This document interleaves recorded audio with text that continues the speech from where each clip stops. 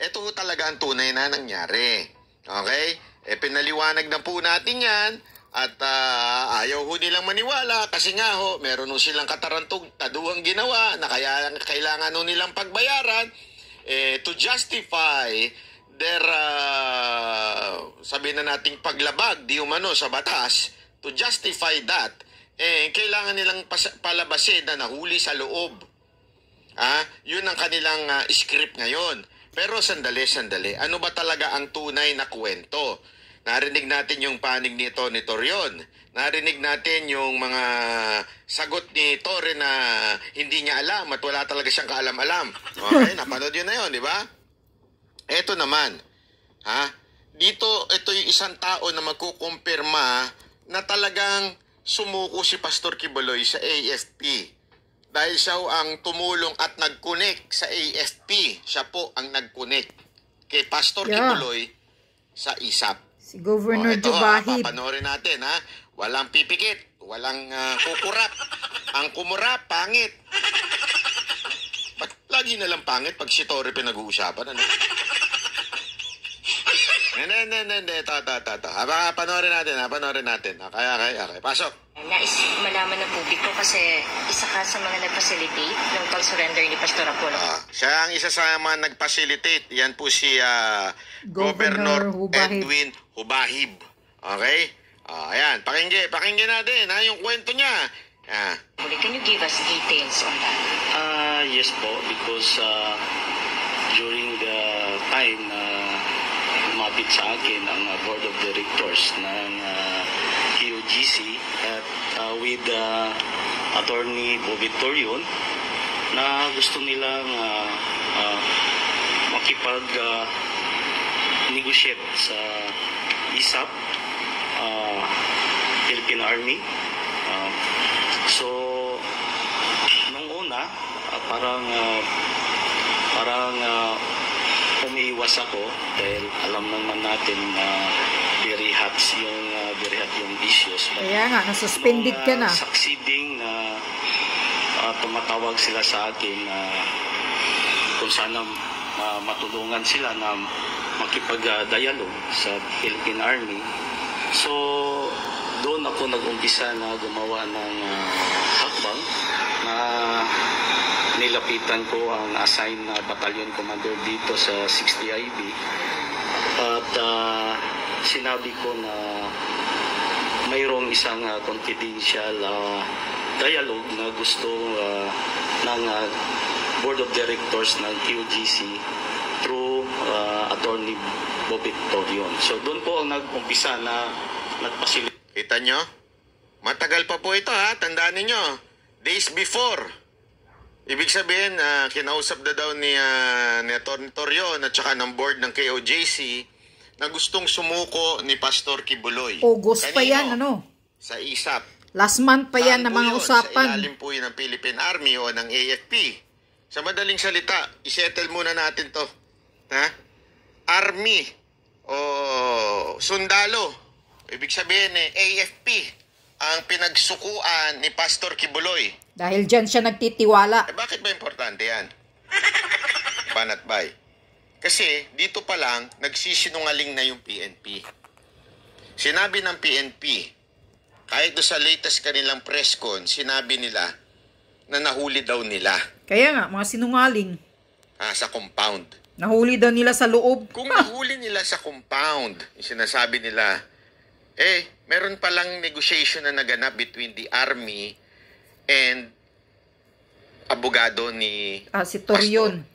May negotiation nang nanggaganap. And even before, mamaya bibitawan niya kung anong date yun. Before pa. Dito po tayo na mag-uusap po sila. At alam po natin na yun ay tungkol sa kalagayan ni Pastor Quiboloy na gusto na siyang sumuko pero ang tiwala niya ay doon sa Philippine Army sa ISAP. So doon nag-umpisa na ako yung nag-bridge para naman mag-abot itong Ang linaw po niya, no? Si Gob na ho nagsabi, di ba? Siya ho mismo nagsabi na siya ang nag-gap doon. Talagang inarrange niya na mag-usap yung pamunuan at saka yung sila Atty. Torion at ang ISAP. Oh. So, ibig sabihin, yung talagang balita na sa ISAP sumuko, malinaw ho. Diba?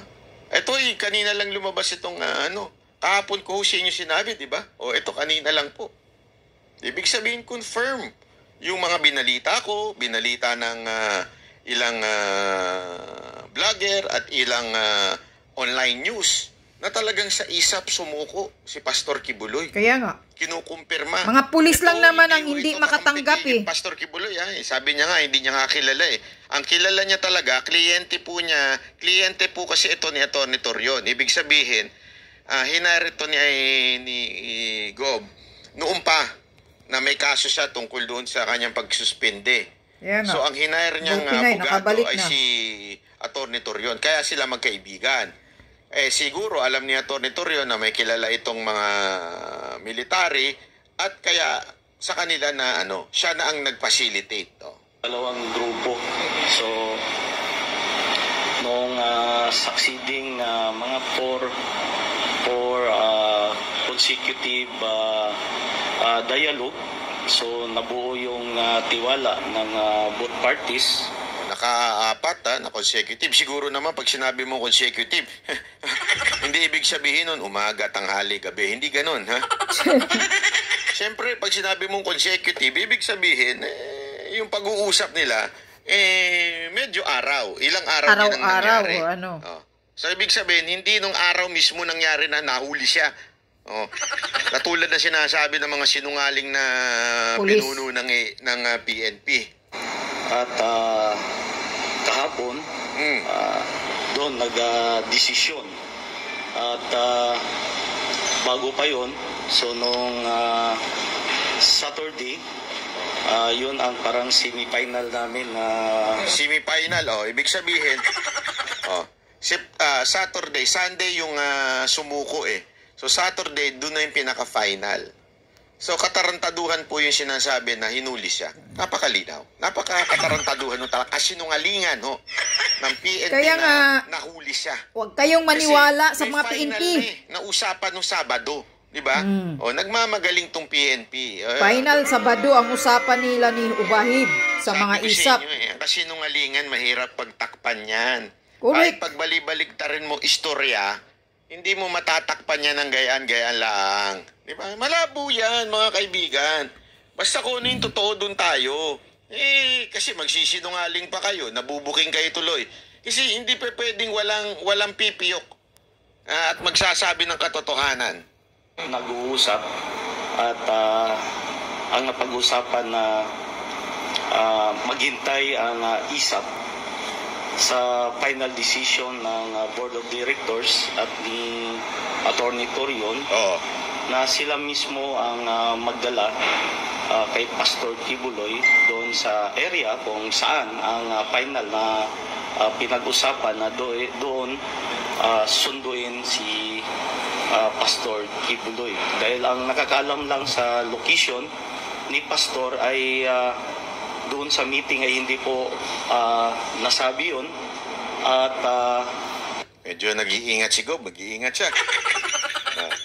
Sabi hindi daw nasabi yung location kung asaan si Pastor, pero doon susunduin o doon na makikipagkita. Tanong. Sa bundok, si Pastor nagtatago. Tanong nga. Galing sa bundok. Tanong lang. Kung nasa loob si Pastor Kibuloy, bakit siya susunduin? Kaya nga, sabi na sa tunnel na bunker. Pagka sinundo ka, kasi Kagaguhan ni ihahatid Tori. ka doon sa lugar na pagliliparan, which is nandun sa likod ng KOJC. So, common sense, sinundo siya somewhere. Not sa loob. Alam naman, sinundo pa siya doon sa loob. Doon lang, tumawid ka na lang. Ba't pa kailangang sunduin dyan? O kung nandiyan ka. Kasi remember, ang location ng aeroplano na pagsasakay niya, halos nandun din. Sa likod lang ng KOJC. So, ibig sabihin po nun, doon din ang daan nun. So, ba't ka susunduin kung nandun ka din? Mali. At saka, mantakin mo, lulusob ang sundalo doon sa loob. Ang dami-daming PNP. Kaya nga. Isip-isip. O di baka isipin pa ng PNP na nangingialam ang sundalo. Tama, Baka magkabarilan pa. Di ba? Kaya So, wala ibig sabihin, sa loob talagang may si pinanggalingan Pastor. Si Pastor. Malinaw sa malinaw. Ano lang, sila na ang nag-facilitate yung Board of Directors ng QGC. Okay, sir, can you give us, kailan po nag-start, nag-contact si Attorney Torian for that, you said, negotiation? Nag-start po ito noong August 30. Isipin mo, August kailan 30, siya oh. sumuko?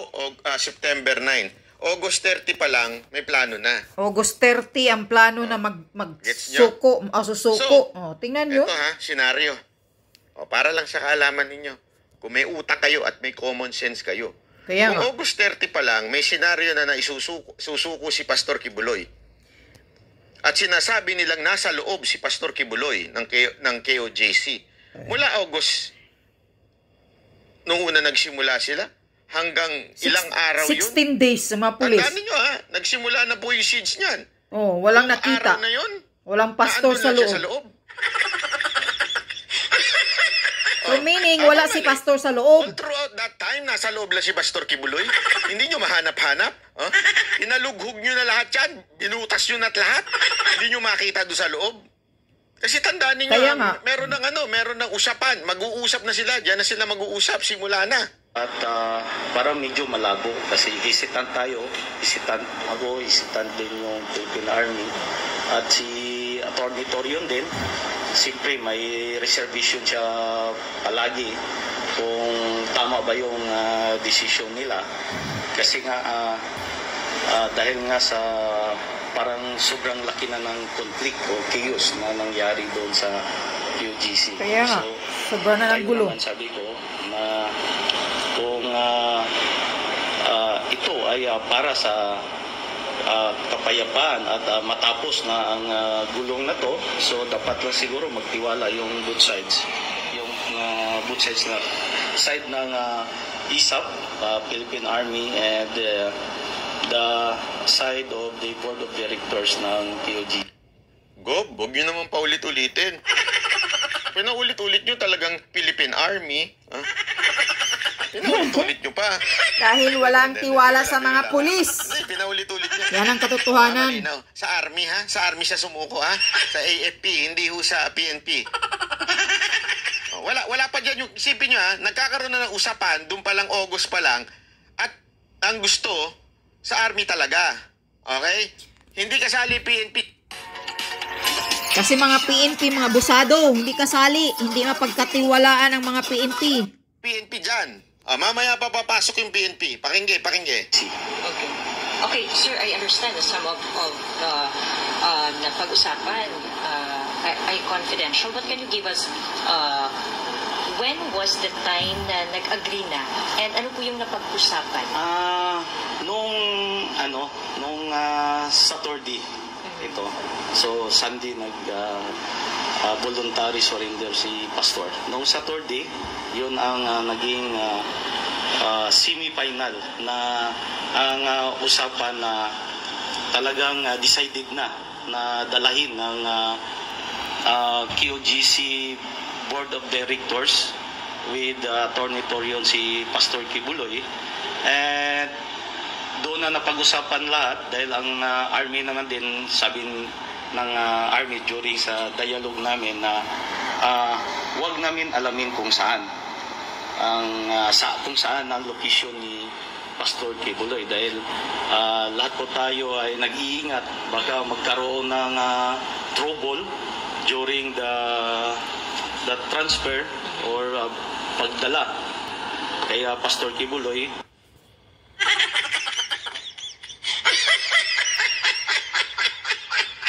Naong ni Byron. Kita nyo na. Pag-transfer. Ano ibig sabihin ng tina-transfer? Sige nga pakitagalog nga yung transfer. Paglipat. Inilipat. Ililipat mo ba kung nahuli nyo? Tanga lang talaga magsasabi na nahuli ng pulis Tinransfer Meron bang transfer of holy ship? Ganon, meron? Tama, mali. Hindi, alinaw ko kasi nun eh. Transfer. Yung paglipat. Oh, pangina na. Sorry. Wag ka magbumura. Pag-transfer o paglipat. Oh. Kaya nga. Ibig sabihin, may pinanggalingan. Kaya mo nga nilipat eh. Tanungin ko kayo. Ako may tanong lang, simpleng. Kunwari, lilipat ka ng bahay. Halimbawa lang, lilipat ka ng bahay. Sa kabunta, lilipat ka naman ng bahay. Gagano mo yung anak mo, di ba? Opo, nay, lilipat na po ako ng bahay. Saan ka pupunta? Basta lilipat po ako ng bahay kasi masyado kayo ni tatay. Ang gulo-gulo nyo, ingay-ingay nyo, di ba? O sige, lumipat ka na. Lumipat siya. Tapos pagkata ng isang araw, ba't nandito ka pa? Lumipat ako mula doon sa kwarto ko, papuntang kusina, di ba? Mali.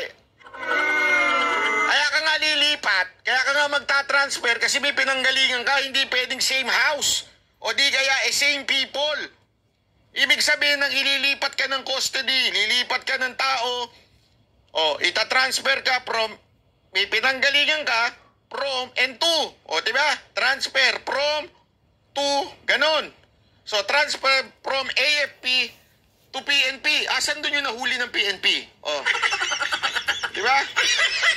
Kaya nga. Gago! Yan pa lang talagang ginagago na tayo ng PNP.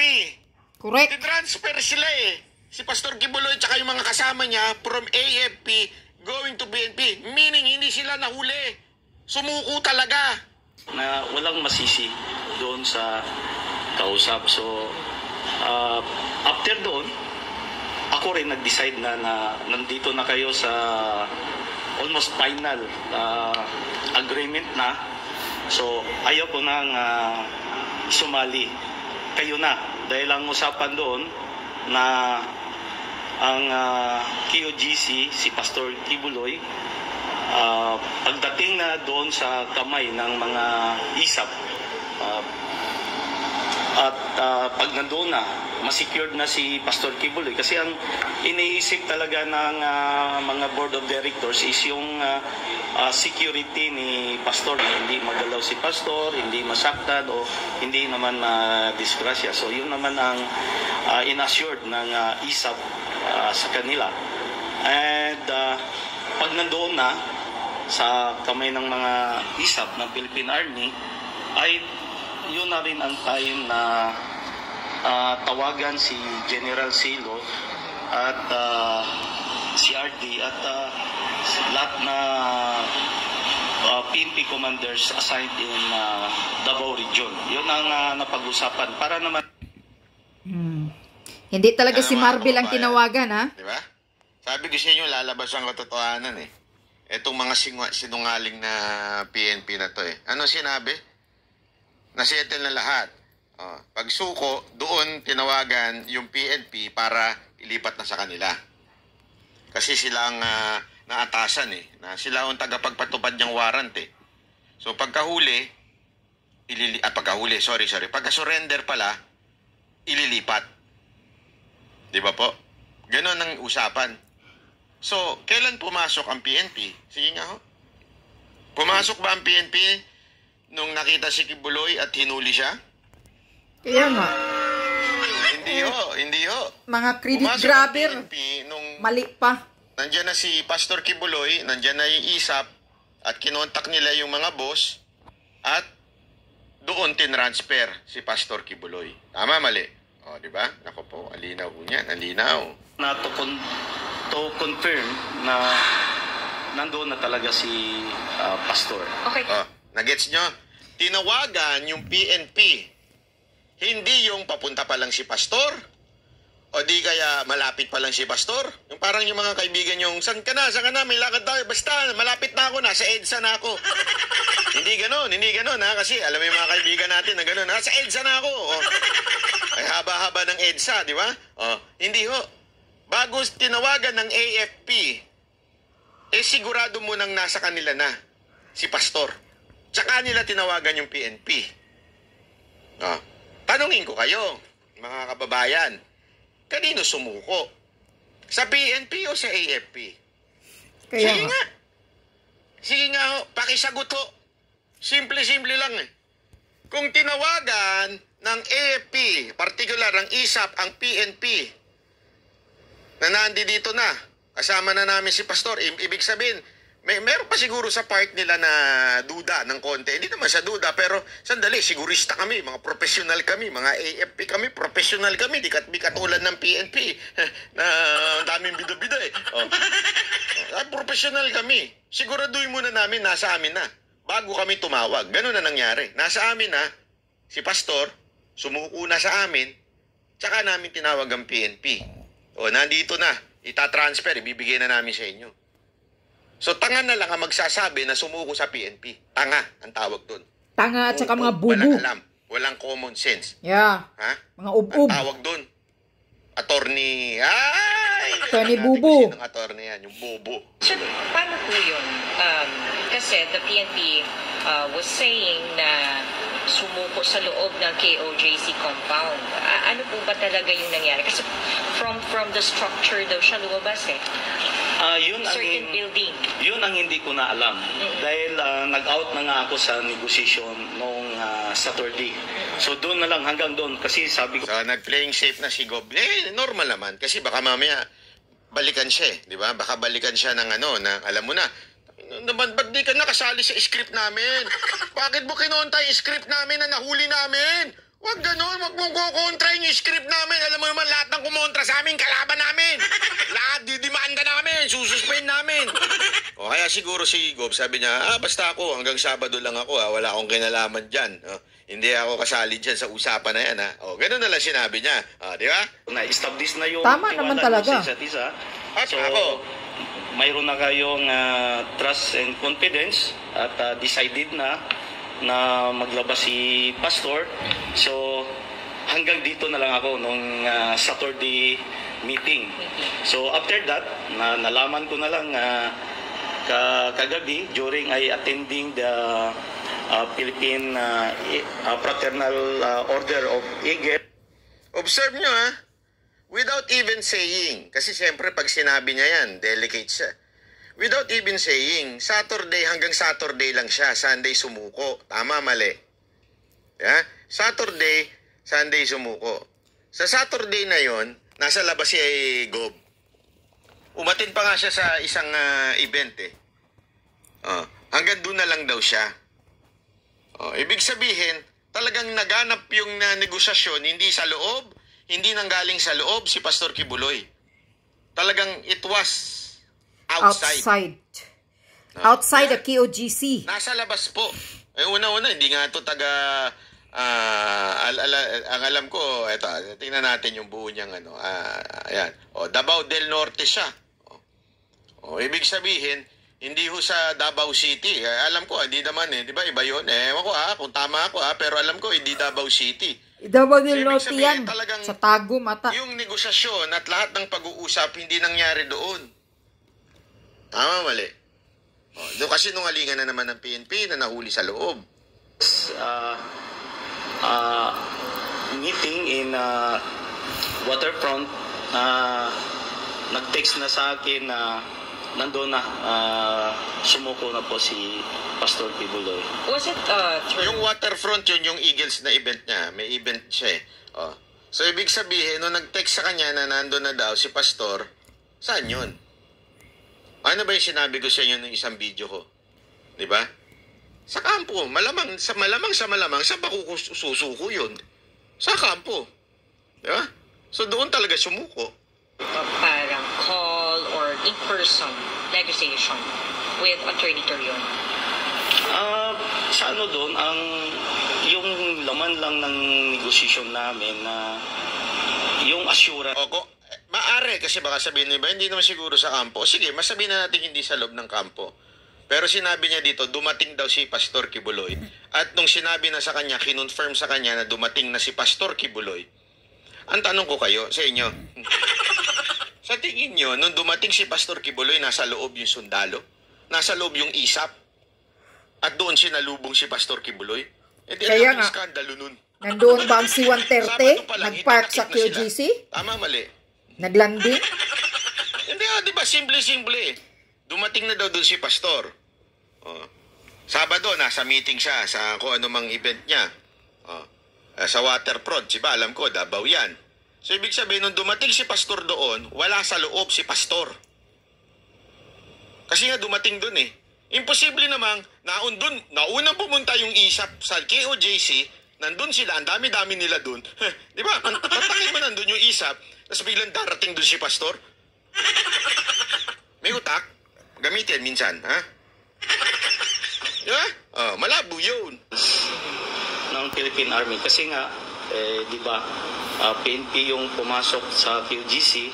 So, ang kanilang tiwala ngayon nandito sa Armed Forces, sa Philippine Army. So, pagkatiwalaan naman talaga ang mga army kaysa pulis. ISAP na yun ang kausapin nila. Kaya yun din ang ginawa ko na makunik lang ang side ng ISAP through the battalion commander of 60IB, si Lieutenant Colonel Tabading, para siya nang bahala at during the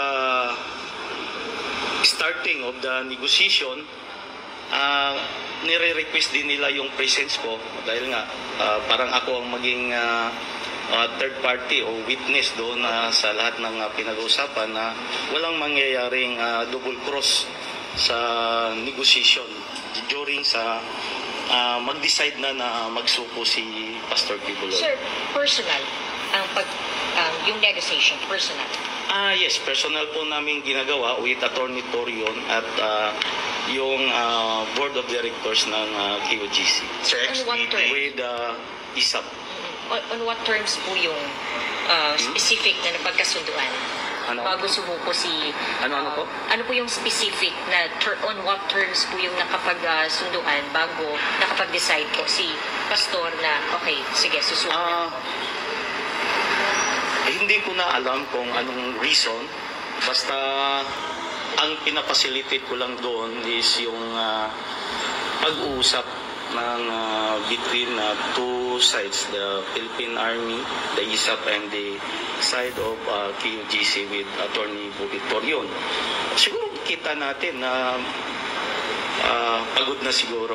Pagod na ang lahat. Sir, if I'm not mistaken, may nag-surrender din ng mga NPA leaders sa inyo. At ngayon, ikaw din yung naging tulay sa pagsusuko.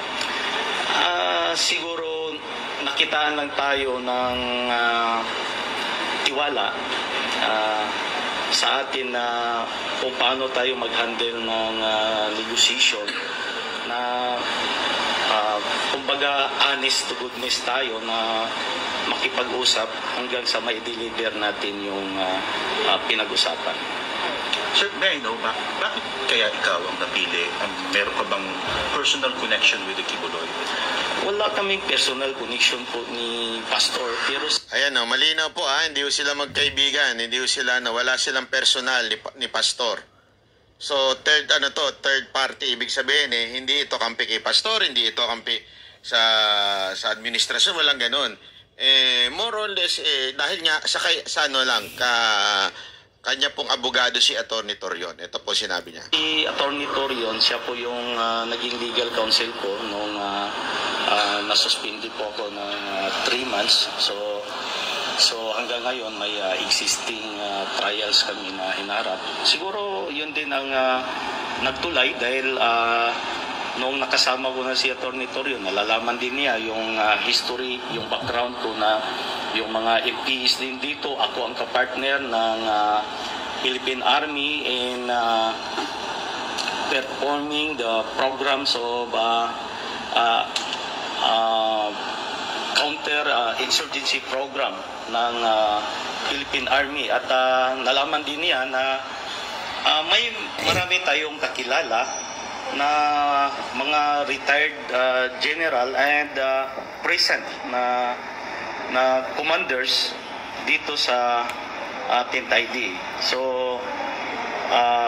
siguro yun ang naisip ni Attorney Torion at ng Board of Directors ng QGC na ako yung kausapin nila at alam nila na may connect tayo sa mga commanders na hanggang ngayon ay sila pa yung nasa pwesto. Clarify ko lang, Go. 2 beses lang ang naging meeting nila and with you. First is with battalion commander muna hanggang sa parang maganda yung development sa pag-uusap. Na-establish na yung parang kumpiyansa o so tiwala. So before Saturday, bumaba na yung deputy chief ng ISAP si Colonel Ruiz. And yun na, nung Friday yan, tapos Saturday, yun ang makasunduan na kung mag-final na talaga ang decision ay mismo si Chief ISAP Peralta ang magsundo kay Pastor. At yung PUGC naman, si Attorney Torion, siya naman ang mag-inform sa mga PNP commanders tulad ni General Silo at lahat ng PNP commanders kay RD, sila na ang mag-inform. So, yun na ang parang doon na sa final, malapit na sa final. So, hanggang doon na lang ako. Hindi na ako tumawid pa hanggang sa pag yung the day na voluntary na mag-surrender ko si Pastor Apollo Kibuloy. Okay. Ang linaw po nun, surrender talaga, di ba? Linaw-linaw nun. Tanga na lang talaga magsasabing nahuli siya eh, di ba? Bakit po kasi importante ito? Importante po kasi ito para malaman natin talaga nagsisinungaling po ang PNP. Paano Correct. kami maniniwala na sinasabi ng PNP na nahuli nyo sa loob? Eh kung yung mismo nga term nyo na nahuli ay sablay, kasinungalingan. Mantakin mo, Palpak. there was a negotiation for how many days na Correct. para sumurrender si Pastor Kibuloy. August 30 pa daw Negosasyon ho yan eh, nag-negotiate. matinding negosasyon. Nagsimula pa nga doon sa una, di ba? Kinikwento niya. So ibig sabihin, mahabang negosasyon. 8 kung days. sinasabi nila nahuli sa loob, mantakin mo, nagne-negosasyon na sa loob si Ano, Pastor 9 days ang negosasyon kasi August Nakuha naman po 30. ito, di ba? August 30. Paano nyo Simula. babaliin yan? It's August. Tanong mo lang, Gov, tumawag na ba sa iyo si Pastor Kibuloy or nagkausap na ba kayo? Hindi po. Ang nakausap ko lang yung QGC Board of Directors at si Attorney Torion. At kagabi, ang kausap ko yung ISAP at yung battalion commander natin dito sa 60IB, si Lieutenant Colonel Cabadi. Sir, since August 30, the start of the negotiation or the communication with Attorney Torion, was it a daily basis since nung Sabado? Hindi, by schedule po. Depende sa schedule nila. At advance naman din sila na Grabe, no? Hindi pala everyday yun. Sabihin, hindi consecutive days. Hanggang umabot ng Sabado. Ibig sabihin, by schedule. So talagang ang haba ng panahon para nag-negotiate. Kaya nga, Tapos 9 sasabihin days. nila, nandun lang si Pastor, di ba, sa loob daw. Anong kalokohan yun? 9 days kasi talagang mula ano naman August itong, 30. gobyerno na to. tumatawag sa akin na ito, go. Pwede ba namin ma-schedule naman na magbigay sila ng date na kung pwede marili ko rin sa Philippine Army at magsama-sama kami doon para sa yun nga, yung purpose na talagang mag-volunteer na si Pastor na sumuko. Nabilang mo ba, Gov, kung mga ilang beses kaya? Siguro yung pagkikita namin, siguro may mga 7 times. Bukod pa sa mga 7 times. Sabihin nun, pinlano na pala yung pagsuko for 7 times. Hindi daw araw-araw yun. So it means, kung 7 times na hindi araw-araw at yung final nung 9, malamang talaga, Agosto pa lang, nag-uusap na sila. Kasi nga daw, hindi everyday eh. Tapos 7 times. Alam naman, sa isang araw, 3 beses sila nag-uusap. O mag-meeting tayo, tapos kain muna tayo, tapos labas muna kayo, tapos kain ulit tayo, tapos meeting ulit tayo. Hindi ganun, di ba? Siyempre, iba-ibang araw. So, ang tagal na pala ng negosasyon para sumuko. Wala doon yung taong hinahanap nila. Tingnan nyo kasi nungalingan itong ni Abalos at saka ng PNP, ano? Sama-sama silang sinungaling talaga eh. Bukod doon sa tawagan. may dumating ba sa pagkakataon na parang fail yung negotiation? Sa umpisa, parang sabi ko nga, parang siguro hindi matuloy. Kasi matagal din na-establish yung yung tiwala sa grupo. At saka, Tagal din bago ma-establish yung tiwala. Hindi isang araw lang. Sus, kay grabe, PNP, kasi nungaling nyo.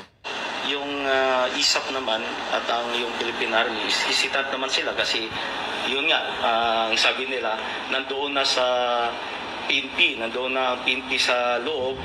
So, kung saan man ang area, may mga PNP. So, sabi ng Philippine Army nga at ISAP na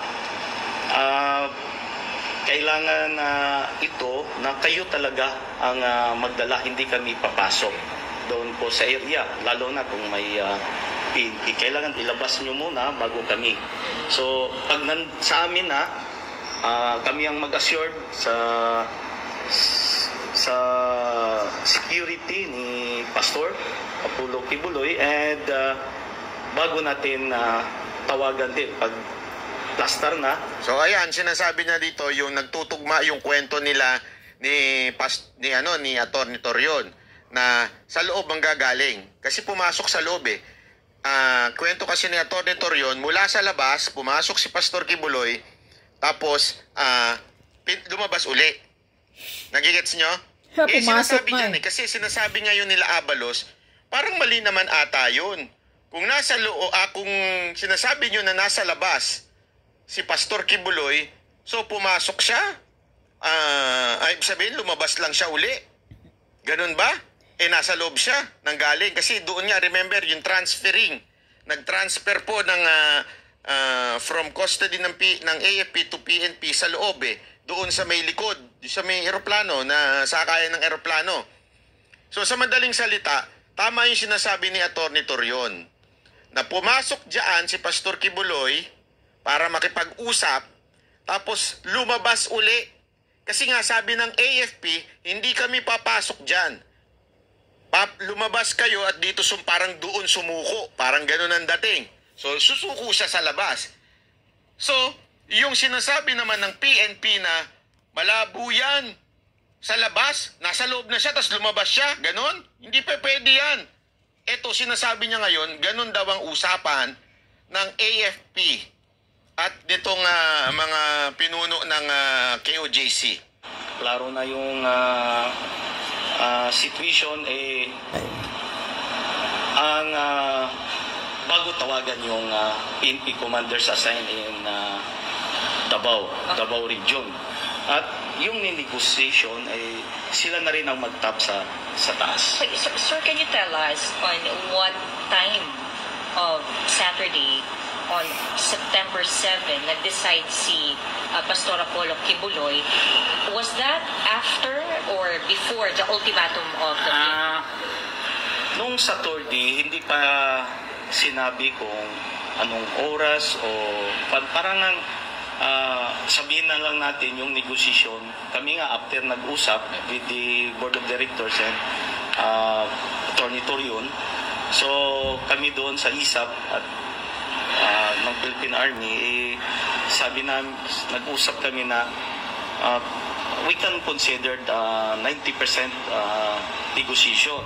So sabi ko, kayo na lang ang bahalang magpatuloy dito sa negotiation. Kasi yun nga, gusto kong mag-out, at least nandyan naman sila at itong lahat ng negotiation, pinalam naman ito properly na ini-inform ng ISAP ang kanilang nakakataas. So ito lahat ibig sabihin talagang tinago ng yung impormasyon ng ISAP. Naisahan si Tory. Pumasok pa pala sa loob. Sinasabi ko sa inyo, huwag niyong ikukundina yung mga army kasi sinasabi ng iba dyan, minsan may mga pinapasukan tayo ng mga demonyo eh. Sinasabi nila, bakit walang ginagawa ang army? Dito, kitang-kita natin, itinago talaga yung impormasyon. Itinago ng army yung impormasyon kung papaano nangyari yung mga negosyasyon at sinabi nila sa boss nila. So walang lumalabas na kwento. Kaya nga. O hindi talagang tinago nila, isinecret nila. Well-informed negotiation nung malapit na madandil. So yung pag-decide ni Pastor probably in the afternoon? Hindi ko na po alam yon. Yung final decision. At yun nga, hindi ko na alam na anong oras dumating, anong oras nagpakita, anong oras na nandoon sa kamay na ng ISAP. Alinaw po niya, no? Diyan malinaw na hindi nahuli sa loob si Pastor. Baka sabihin ng iba, sandali, mali ka rin banat bay. So nasa loob talaga si Pastor. Hindi ho. Tama yung sinasabi ni Atty. Torion na pumasok lang si Pastor. Pumasok lang sandali eh. Kasi lumabas-pasok dyan eh. Kaya nga, basta, hindi ko na lang sasabihin kung paano nangyari yon. Pero nakakalabas-pasok dyan ang mga tao. Nung mga ilang araw na yung mga... Siyempre, ang dami ng tao, kalat-kalat, paano pa ma-recognize si Pastor? Lumalabas-pasok dyan, okay? Ngayon, paano nangyari yun? Eto ha, napakalinaw dito. Yung punto kasi nila na nahuli sa loob, napakalabo nun. Kasi nakakalabas-pasok eh. Kita nyo nga, nung nag-decide na si Pastor Kibuloy na susuko na siya sa army, lumabas siya. Mula sa loob, lumabas siya. Ibig sabihin, tama yung sinasabi ni Atty. Torion na pwedeng lumabas at pasok si Pastor Kibuloy. Natatawa na ako dito. Siya. Laki ni Boss Dada. Naisahan si Tori. Ayan, Tori. Wala po kaming kinalaman, di po namin alam si Pastor na nandyan daw. Na dumadalaw pala siya dyan sa loob para chinecheck. See? Hindi po alam yun. Ano, Tori? Pero sa madaling salita po, nanggaling po siya sa loob, lumabas siya, sumuko sila sa sundalo. Tinawagan na lang ako nung mga 6:30 p.m. yata na Sunday. Doc, thank you so much sa effort mo. Talagang nandito na po si Pastor Sino po yung Kibuloy. tumawag sa'yo? Si Lieutenant Colonel Kabading, yung battalion commander po ng 60 IB dito, Philippine Army. Ano masasabi niyo to na naging tulay po kayo? Parang naging instrument lang tayo dito at pasasalamat tayo na at least na nawakasan na yung talagang Panghaharas ni Tori sa QGC. conflict na nangyari sa Davao City. Kaya nga. Alam naman po natin ang dami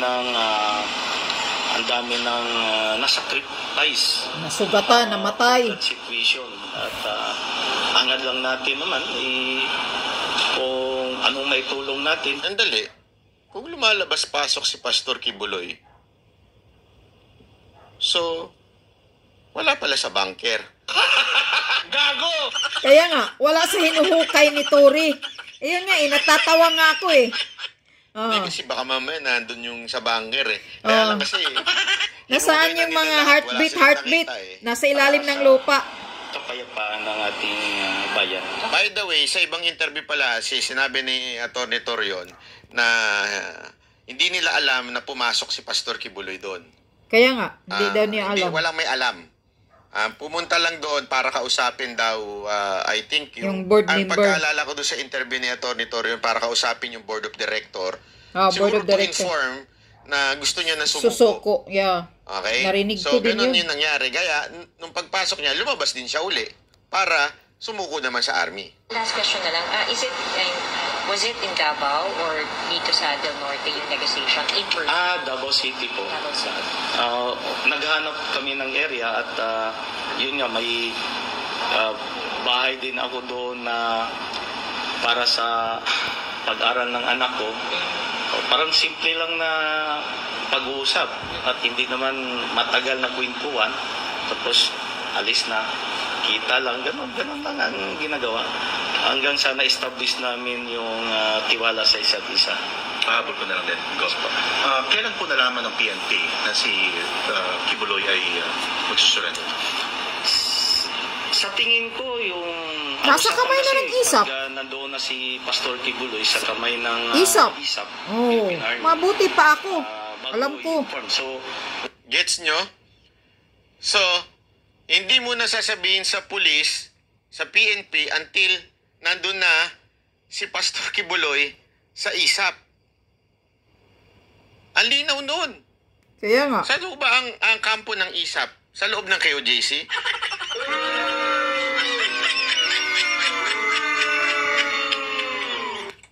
Wala po. Sa labas, siyempre, naturalmente. So, inantay muna nilang dumating doon bago nila in-inform ang PNP. Yun ang sinabi dito. Wala akong talagang total idea kung kailan na-inform ni Attorney Torion ang PNP dahil ang part po ng QGC Board of Directors at ni Attorney Torion, sila po yung bahala mag-inform sa PNP pag nandoon na po, na-secure na ng ISAP, Philippine Army, si Pastor Kibuloy. Okay, if that's the case, Gov, so nauna pa nalaman ng ISAP kaysa sa PNP. So, that's after sabi kasi nila, nagbigay ng ultimatum eh. Sinungalingan yan, Yun po ni Tori. hindi po masagot kasi out na po Ultimatum. sa part po yung Okay. situation. Okay. Thank you, Gov. Thank you, ma'am. Okay, yun mga Thank you, sir. kapuso, si Pero ibig sabihin, Davao del okay Norte, tayo na. Governor Edwin Ubahi. Probably Sunday, alam naman yun. Ng pag-surrender. The whole day. ni Ayun Pastor talaga ang hindi ko specific na masagot kasi out na po ako doon Wala ka na rin sa communication sa nila. communication at sa negotiation. Nag-out na po ako noong Saturday. Oo. Saturday afternoon. Anong naramdaman mo nung okay na? So, ayan malinaw na po, malinaw na. Wala naman na atas sa Medyo sasabihin at nito. least para at No, okay. Natatawa lang ako dito sa sinasabi ni Governor Hubahif at mismo kay Attorney Torion, narinig ko din yan na noong September 7 daw yun, nagulat na lang daw siya nang pumasok si Pastor Kibuloy sa loob ng KOGC para makipag-usap sa mga board of directors na gusto niya nang mag-surrender kasi hindi na niya matiis ang mga ginagawang panghaharas ng mga PNP sa mga members na nadadamay. Tingnan nyo kung gaano ka mabuting puso si Pastor Kibuloy. Hindi niya matiis. Kasi utos pala ni Marcos Jr. Ngayon, umami na si Marcos Jr. Sinasabi niya na instruction niya na talagang wag kayong lalabas dyan sa KOGC. Okuparin niyo ang buong KOGC hanggang hindi niyo makukuha si Pastor Kibuloy. Tingnan mo kung gaano siya ka walang puso. At tandaan mo ito, Marcos Jr. Ang mga members ng KOGC, napakarami nila. Nagtitiis. Sila ang nasasaktan. Sila ang nagtitiis sa kahirapan, sa ginagawang panghaharas, pangdidisturbo sa karapatan nila. Nang dahil sa utos mo, bangag ka. Yan ba? Makatao ba? Tapos yan ang sasabihin mo, walang nilabag na human rights? Ang dami mong nilabag na human rights kaya. At ikaw, Ture, natatawa lang ako. Ano yung paghuhukay-hukay mo? Yung mga heartbeat mo? Naisahan ka ni Pastor. Pumapasok, lumalabas pala si Pastor, hindi mo nakikita. Baka siguro din yung mga ibang kapulisan, hindi nakilala talaga yung buong mukha ni Pastor Kibuloy.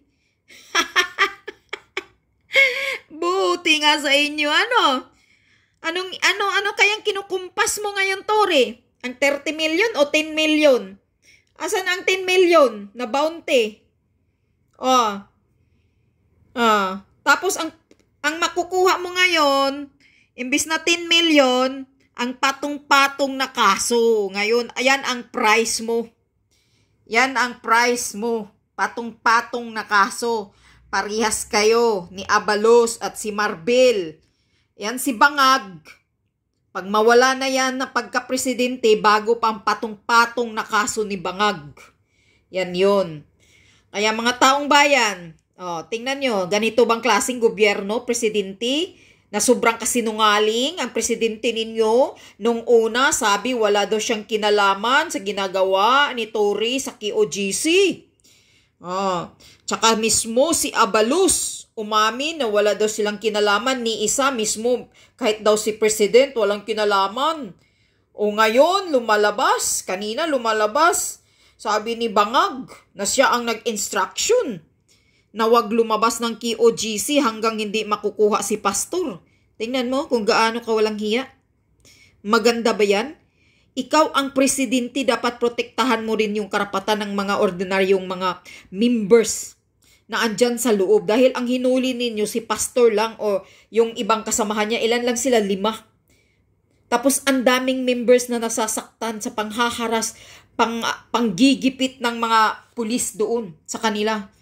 Pinipeper spray pa sila, tinitergas. Ilan yung mga sugatan? 80 plus daw. Ilan yung namatay dahil sa tergas? Yung iba traumatic, yung mga kabataan. Maayos ba na presidente yan? Yan ba ang presidenting gusto ninyo, mga tanga? Para sa mga tanga? Ha? Ngayon, hintayin mo lang, Bangag. Pag wala ka na sa posisyon bilang presidente, patong-patong na rin ang kaso mo. Ayan, Tory. Naisahan ka ni pastor. Dumadaan na siguro si pastor sa harapan mo, hindi mo pa nakilala. Pumasok na si pastor, tapos lumabas. Anong silbi ng paghuhukay mo? Sana ikaw ang nabaon doon at nailibing ng buhay. Mga walang ngiya kayo. Mga sobrang kasinungalingan ninyo. Credit grabber kayo. Marbel? Bakit hindi sa iyo tumatawag ang mga ISAP? Dahil alam nila kung anong klaseng mga PNP kayo. Yan, mga abusado. Sinungaling. Kaya taong bayan, huwag kayong makikinig sa mga pinagsasabi ni Abalos dahil ipal, nagbida-bida, kapal ng mukha dahil tatakbong pagkasenador sa 2025. Wag na wag nyo nang ibuto yung kupal na yan. Huwag kayong maniniwala sa sinasabi ni Ngiwi Abalos at ni Tory at ni Marbil. Mga sinungaling yan, kasinungalingan. Yan yun. Itong si Gov. Edwin Nubahiv, siya ang katotohanan dahil siya ang nag-facilitate. Siya talaga ang tulay sa negosasyon. Kaya kung paano napunta sa ISAP at nag-surrender sa ISAP si Pastor Kibuloy dahil mas nagtitiwala si Pastor Kibuloy sa mga ISAP, sa Philippine Army, kaysa mga pulis. PNP. Diyan yung nakikita na walang tiwala ang mga tao sa inyo. Mas nagtitiwala kami sa mga Philippine Army kaysa inyong mga PNP na salot kayo. Sabi pa nga ni Captain Dado, sino ba ang maraming mga kaso, ang mga maraming kadimonyohang ginagawa sa bansa? Kundi mga kapulisan. Kidnapping, for ransom, druga, mga sindikato. Sino daw ang mga leader? Di mga kapulisan. PNP. Yan ang sabi ni Captain Dado. Kaya dapat daw i-abolish ang mga PNP. Yan, dapat i-abolish. At i-abolish din ang Congress. Kaya andyan ang mga kawatan. Mahilig mag-insert, mag-attach ng mga another dagdag ng budget para kukunin nilang ibulsa. Pinapanasabog pala yan ni Sara Duterte kanina. Ayan. Ang humawak daw ng pira ng Pilipinas kundi si Martin Romualdez at si Saldico. Tingnan nyo, mga taong bayan. Tayo nagpakahirap sa trabaho, nagbabayad tayo ng matino ng mga tax natin, mga bayarin natin, pero 2 tao lang pala ang nagkukontrol, naghahawak ng pira ng Pilipinas. Gaano kasakit yan? Kaya pala, trilyon-trilyon na budget, hinahawakan ni Tambaloslos. Ang ginagawa, yun lang, ipamimigay ng ayuda-ayuda para double purpose yan. Ang unang purpose yan, pamulitika, na makilala siya ng taong bayan. Ayuda-ayuda na hindi naman parihas, magkapariha yung pamimigay niya. Kung makaasta pa, parang akala niya sarili niyang pera ang pinamimigay ng ayuda. Tanungin ko kayo, mga taong bayan, malapit nang mag 3 years si Bangag Jr. Ano bang mga infrastructure? Ano bang ginagawa na maayos sa bansa natin? Sige nga, anong proyektong nagawa? Wala, kundi minamalas ang buong Pilipinas. Kunting ulan, baha, halos malulubog lahat ng Maynila. Yan, kasi sinusumpa yung mga Marcos na yan. Yan yun. Langiya kayong gobyerno kayo, puro puno kayo ng kadimunyuhan, abusado, maraming mga kawatan na mga nasa gobyerno ni Bangag, maraming smuggler, korupsyon, drug addict, drug dealer, rapist. Grabing criminality under this administration of Marcos. Horrible government.